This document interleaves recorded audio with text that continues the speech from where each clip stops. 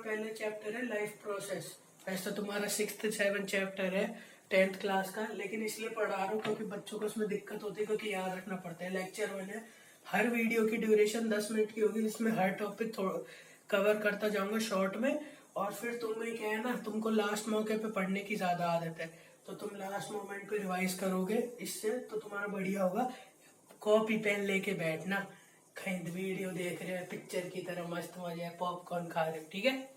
Video अच्छे से देखना और लिखना, ताकि याद भी हो जाए, ठीक है। लाइफ प्रोसेस बहुत चीजों पे डिपेंड करते हैं। कैसे भाई, जो लाइफ के प्रोसेस है क्या, तुमको वैसे नाम से समझ आ रहा है कि हमारी लाइफ में या कोई भी ऑर्गेनिज्म की लाइफ में बहुत तरीके के प्रोसेस होते हैं, उनके कई फैक्टर्स होते हैं।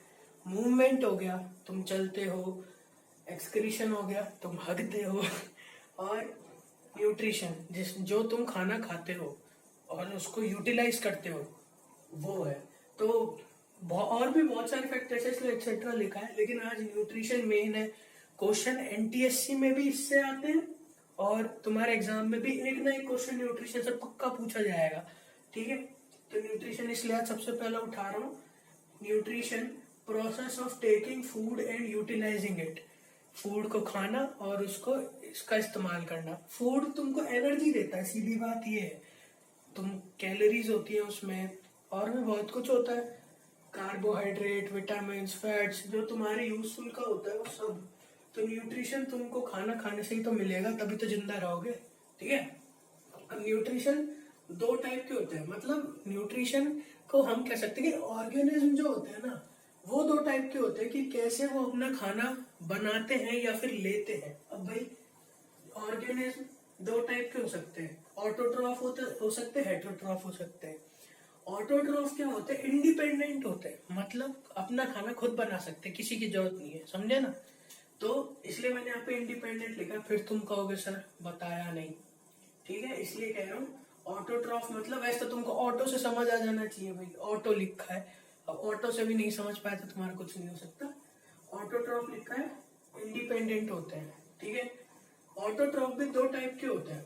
ऑटोट्रॉफ सीधा सीधा खुद का फूड खुद बनाते हैं, मतलब खुद फूड सिंथेसिस कर सकते हैं, किसी की जरूरत नहीं पड़ती। दो टाइप के होते हैं, फोटो ऑटोट्रॉफ, कीमो ऑटोट्रॉफ, ठीक है। फोटो ऑटोट्रॉफ जो अपना फूड लाइट के थ्रू सिंथेसिस करते हैं। कैसे भाई? अब तुम तो सीधा कह दोगे सर प्लांट्स, सही हो, गलत नहीं हो, लेकिन तुमको क्या ही प्लांट्स वाला एग्जांपल नहीं आएगा। अब तुम्हारे आएगा ब्लू ग्रीन एल्गे, और तुम कह दोगे यार ये तो कभी सुना ही नहीं। पूछा जा सकता है, पहले ही बता रहा हूँ। ब्लू ग्रीन एल्गे, ठीक है, ये फूड बनाता है फोर्थ लाइट से। ये बैक्टीरिया होता है एक तरीके का, इसका नाम ब्लू ग्रीन एल्गे, लेकिन है बैक्टीरिया ये, ठीक है। लाइट से फूड बनाता है, मैं लिख ही दूं भाई, तुम लोग है ना काम खराब कर सकते हो, ठीक है।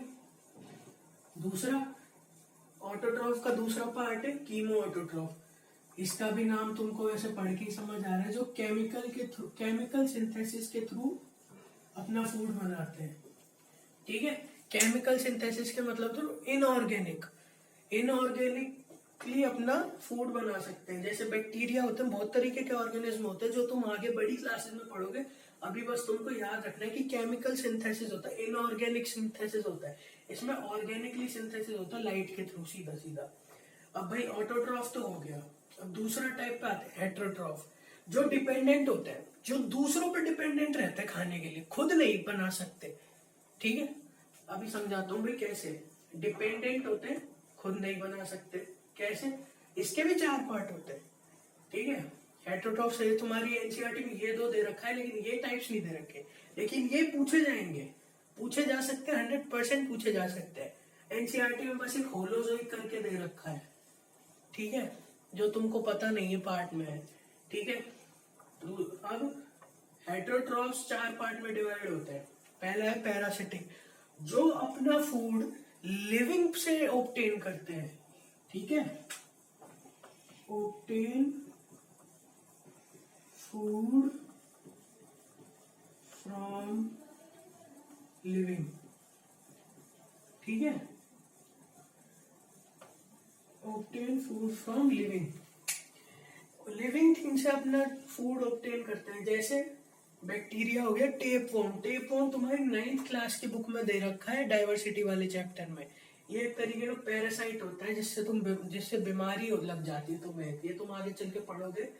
और बैक्टीरिया भी होते हैं कई तरीके के जो तुम्हारे बीमारी कर सकते हैं, ठीक है। तो पैरासिटिक लिविंग थिंग से अपना ऑब्टेन करते हैं। जैसे हम लिविंग थिंग है, हमारे अंदर कोई बैक्टीरिया घुस जाता है तो अपना फूड ऑब्टेन हमसे करते हैं वो, ठीक है। तो वो हम लिविंग ही तो है, वो अपना फूड ठीक है, समझ आ गया। आगे सेप्रोट्रॉफिक, ये अपना फूड है ना डेड से ऑब्टेन करते हैं, फ्रॉम डेड थिंग्स।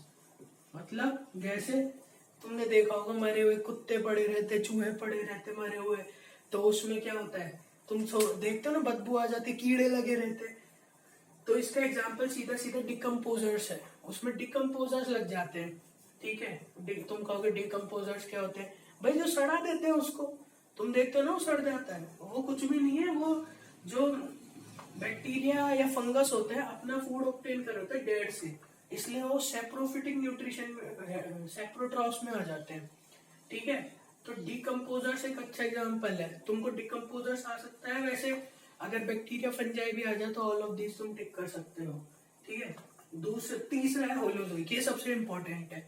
अब कैसे इंपॉर्टेंट है, एनसीईआरटी में दे रखा है, यही दे रखा है एनसीईआरटी में, ये नहीं दे रखे, ये अलग से नहीं दे रखे, यही दे रखा है। और पता क्या डेफिनेशन लिखी है, organism which intake their food in one byte, ऐसा ही कुछ लिखा है, एग्जैक्टली ध्यान नहीं है लेकिन ऐसा ही कुछ लिखा हुआ है।